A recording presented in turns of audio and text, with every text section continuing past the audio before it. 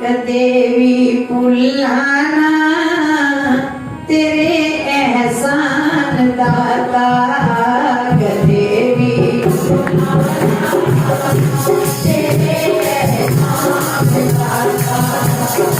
देवी पुल्लाना तेरे एहसान दाता, पुल्लाना तेरे एहसान दाता, तेरे नाम कीजिए तेरे प्यार ने कीजिए मेरी पहचान दाता, देवी पुल्लाना तेरे एहसान दाता, देवी पुल्लाना तेरे एहसान दाता, शिकार दिए आए सी तू शिकल न लाया शिकार से आए सी शिकल न लाया शिकार तेरे आए सी शिकल न लाया दे दे के सच्चा प्यार सानू अपना बनाया है, दे दे के सच्चा प्यार सानू अपना बनाया है, दे दे के सच्चा प्यार सानू अपना बनाया है, दे दे के सच्चा प्यार सानू अपना बनाया है, तेरे प्यार की कीमत नो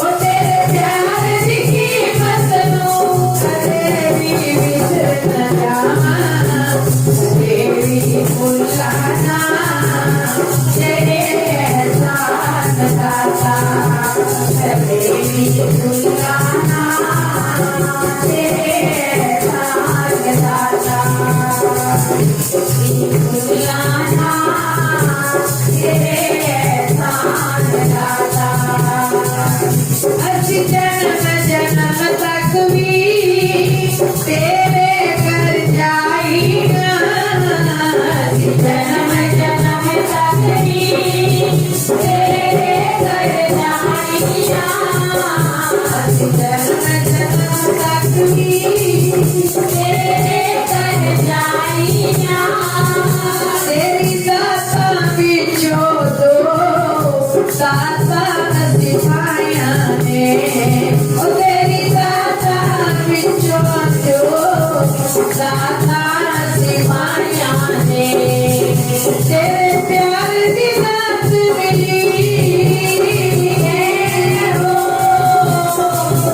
तेरे प्यार की दात मिली है, जीवन जीना आया है, तेरी पुल्लाना तेरे एहसान दाता, देवी पुल्लाना तेरे एहसान दाता, देवी पुल्लाना तेरे एहसान दाता, देवी पुल्लाना तेरे एहसान दाता। एक पल का एहसान भी हम जन्मों जन्म नहीं उतार सकते, जे तू फड़दा ना साडी बांह ते असी रोले जाना सी। सच है, कलयुग का दौर कितना भयंकर चल रहा है। ये दर ना मिला होता, इन संतों का इलाही प्यार ना मिला होता, इनकी कमाइयों में से हिस्सा ना मिला होता तो हमें कलयुग से कोई बचा ना सकता। कलयुग कितने भयंकर रूप धारण करके, एक दरवाजा रात को खुला छोड़ के सो जाओ तो चोर आने में देर नहीं लगाते, लूट मार हो जाती है।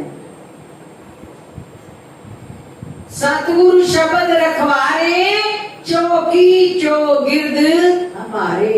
हमें जो शब्द मिला है यही एक पहरेदार है, चारों कोनों से हमारी रखवारी करता है। और जब हम शब्द का पहरा लगाना भूल जाते हैं तो चोरी हो जाती है।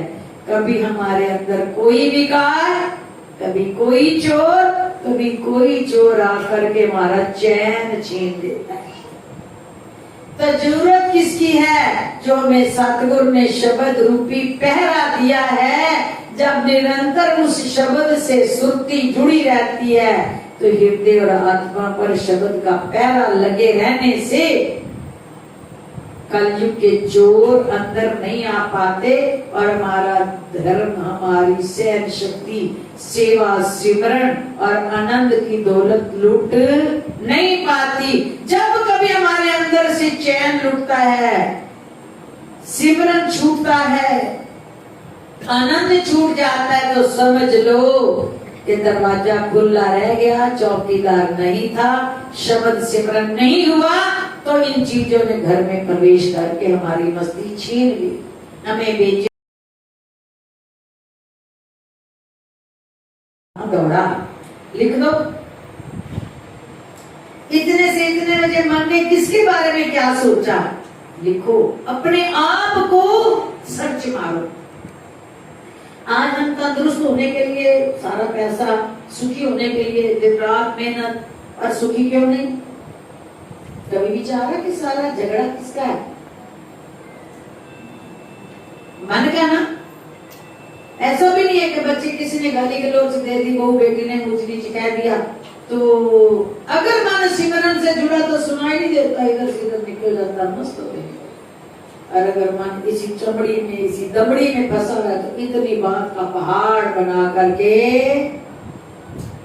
गृहस्थी को उजाड़ देते हैं।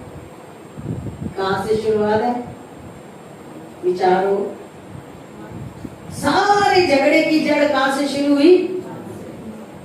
अब मन की दवाई कहां से मिलती है? मन की दवाई कहां से मिलती है? सत्संग से। और दवाई कौन देते हैं? संत सतगुरु। और दवाई हम सब ने ले भी रखी है, हम सबके पास है वो पुड़िया। पहले भी भजन सुना, मन दी बीमारी दा होता है इलाज, बुरा तो जिसने नब्ज पढ़ाई ते सतगुर देन दवाई। सतगुरु शब्द वाली पुड़िया जो देव दे। भेद भाव छोड़ो, ये परहेज बता दे। दवाई के साथ परहेज है। दवाई खाओ, परहेज ना करो तो दवाई कामयाब नहीं ना होती। तो शब्द के साथ परहेज क्या है? भेद भाव। ए मेरा है ते ए तेरा है, ए अपना सी ए तू बोलिया, ए मेरा सी ए मैं कमाया, ए मेरा मेरी मेहनत ए तेरी मेहनत। कहते भेद भाव छोड़ो, के परहेज लुकाम दे। गुरु वचना ते अमल कमावी, वे सतगुर दे दवाई। मन दी बीमारी दा होंदा इलाज, बुरा तो जिसने नबज पढ़ाई ते गुरु देन दवाई। दवाई हमारे पास है। और फिर कहते हम तो बैठते हैं, मन लगता नहीं।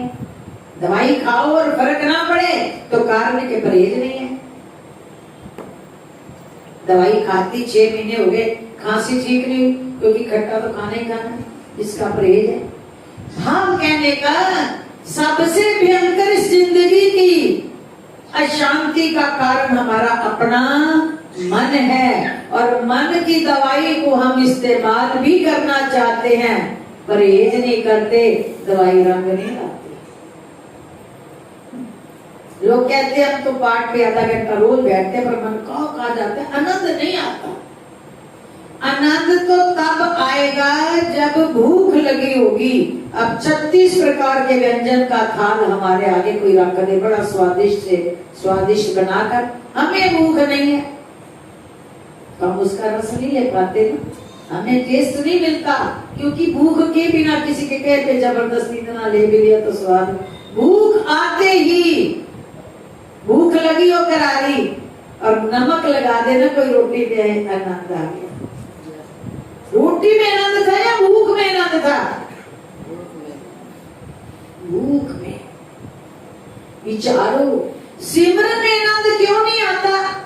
सिमरन पर बैठते ही आनंद क्यों नहीं आता? क्योंकि भूख ही नहीं है सिमरन की। सिमरन की कीमत ही नहीं पता कि कितना कीमती है हमारी जिंदगी के लिए। इसकी कदर ही नहीं पता तो भूख कहां से लगेगी?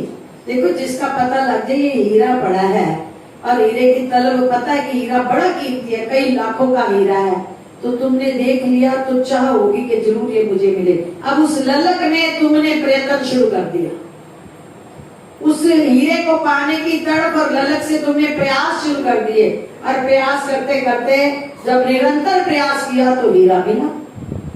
अब हमारे अंदर कीमत ही नहीं पता सिमरन क्यों जरूरी है। सिमरन की भूख ही नहीं है, और भूख नहीं है तो रस कैसे आएगा, आनंद कैसे आएगा? भूख होते ही प्रेमियों 15 मिनट भी आसन में, जिनको भूख होती है वो 15 मिनट में भी अपने लोक की सैर करके सतगुरु का दर्शन करके आ जाते हैं।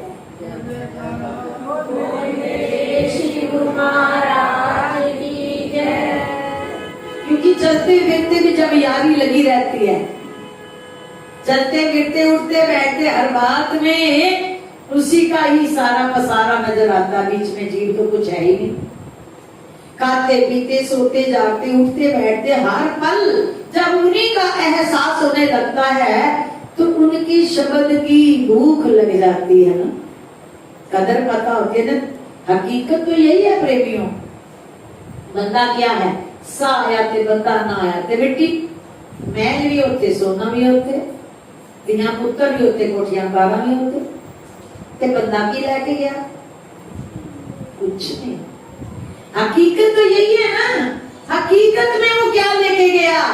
जो अगर उसने शब्द से अपने प्रीतम से तार जोड़ी होती है तो सतगुरु को पता होता है कि इसकी अंतिम समय मुझे अपने रथ पर बिठाकर अपनी रूह को अपने धाम में लेके जाना।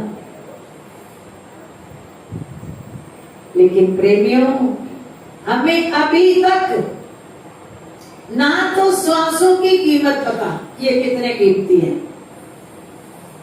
बाजार से खरीदे किसी ने, आज तक बता दो, करोड़पति ने बाजार से।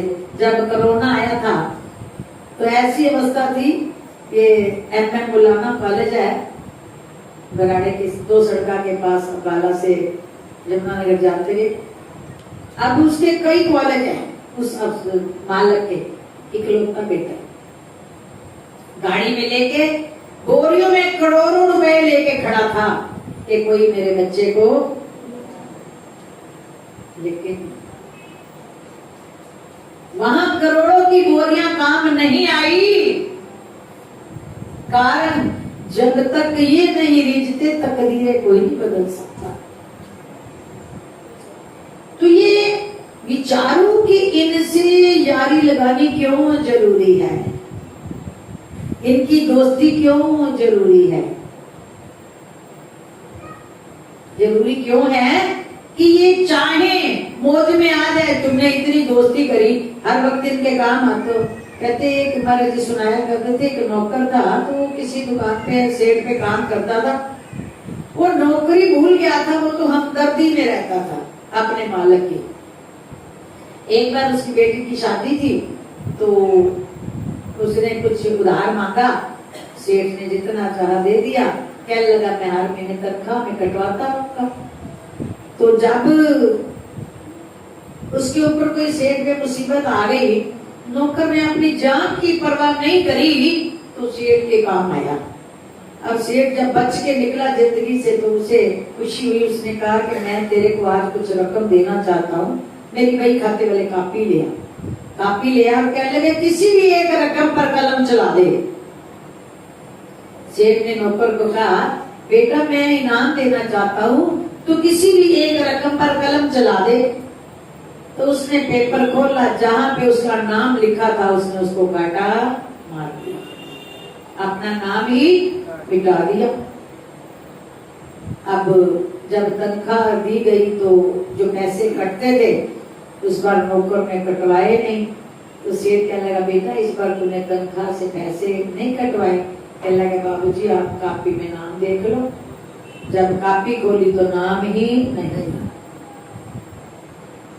खाता ही साफ हो गया तो कब तक हम जन्मों जन्मों के आना जाना में लगे रहेंगे? खाता साफ करते हैं कौन? सरकार। इनके हाथ में वो कर्म मिटाने की रेख है, लेकिन किसकी मिटती है? जो अपने आप को भूल कर बस फिर इनके प्यार में डूब जाते हैं। तो इसीलिए प्रेमियों, इनके प्यार के हकदार बनने के लिए ही तो मिटना है, और मिटना है सिमरन के जरिए। क्योंकि हमें जो सबको शब्द मिला है, उस शब्द का मूल तत्व क्या है? अर्थ भी पता है ना? अंदर तो मालक और अहंकार को फना करना है, बाहर निकालना, यही मूल तत्व है।